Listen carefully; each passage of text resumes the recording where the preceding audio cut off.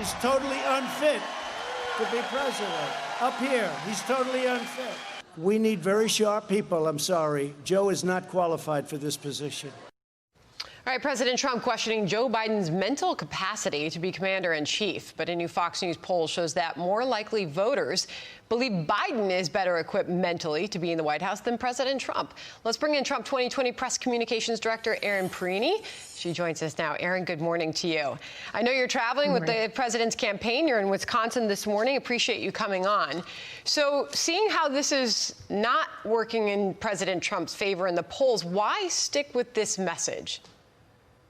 Well, I would argue that it is working in the polls. President Trump in that Fox poll is at his strongest standing since going against Joe Biden, and has cut Joe Biden's lead by 7 points in that poll. And the people that are trying to change their campaign messaging right now and their strategy are the Biden campaign. President Trump is out talking to the American people. Our campaign is all across the country with the vice president, the family. Everybody's out talking to the American people about what President Trump has delivered and what he would deliver in 4 more years. Joe Biden's team is the one who's changing their strategy. He's coming out having to be on defense. You're seeing Bloomberg put $100 million into Florida. Bernie Sanders raising the alarm about his wavering support with the Latino community. And that's because we're out here talking, and President Trump has steady momentum with 50 days to go before the election. With so many big issues that are facing voters today, you can put this up on the screen. This is Fox News polling on the issues.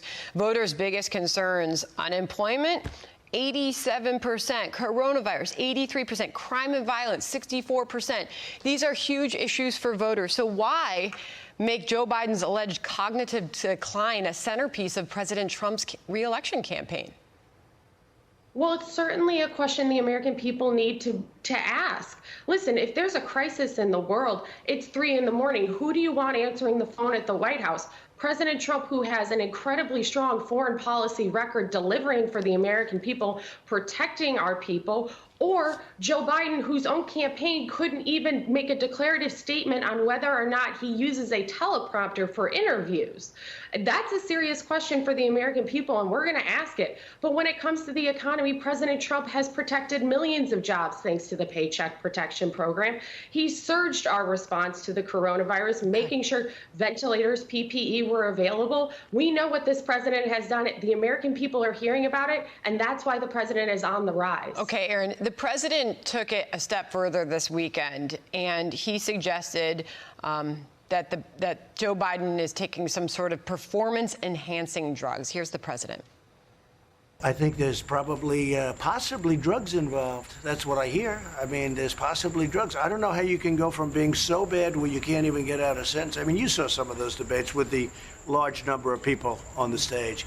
He was, I mean, I used to say, how is it possible that he can even go forward?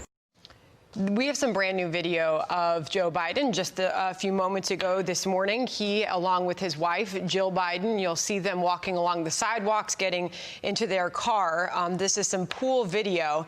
They are voting in Delaware's statewide primary elections, Erin. You can play the video for us. Okay, we're going to listen because you can kind of make out what Joe Biden says. He's asked about early voting. Listen. Do you encourage people to vote early if they can? Yeah, I do. Thank you. Okay, and they went on and got into their car. They are heading to the Newcastle County Board of Elections to vote. That's about a 10-minute drive. So we'll see if we see them on the other side.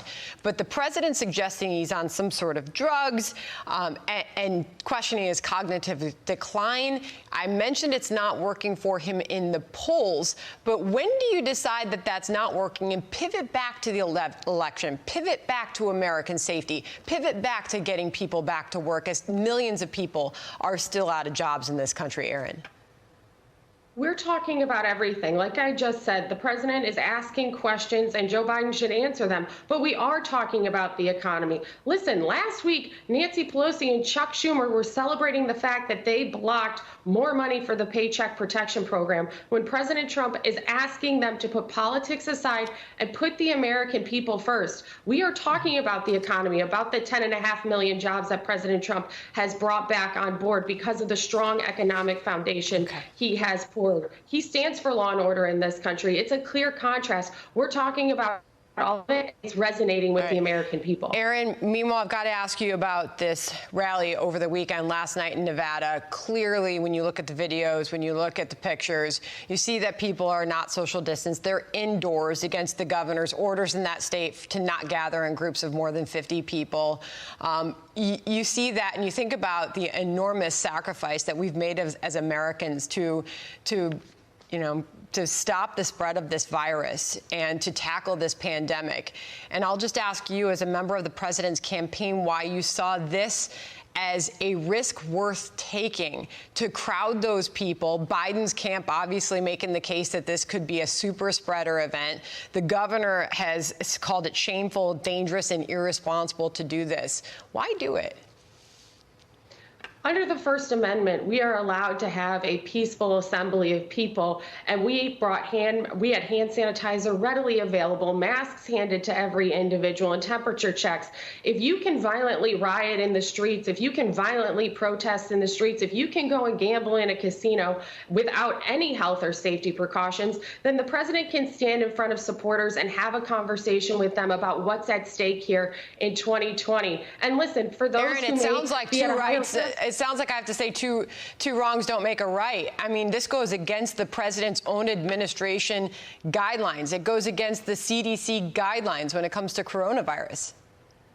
The American people can make the choice to join us in person or join us online. That's their right as the American people. We are reopening this country and safely doing so. We have health and safety precautions where you don't see those any of those violent protests or riots. We take health and safety seriously, and for those who can't join the president in person, they can do so online safely as well. Our message will get to the American people, and how they choose to join us is up to them. Aaron Prini, thank you for joining us.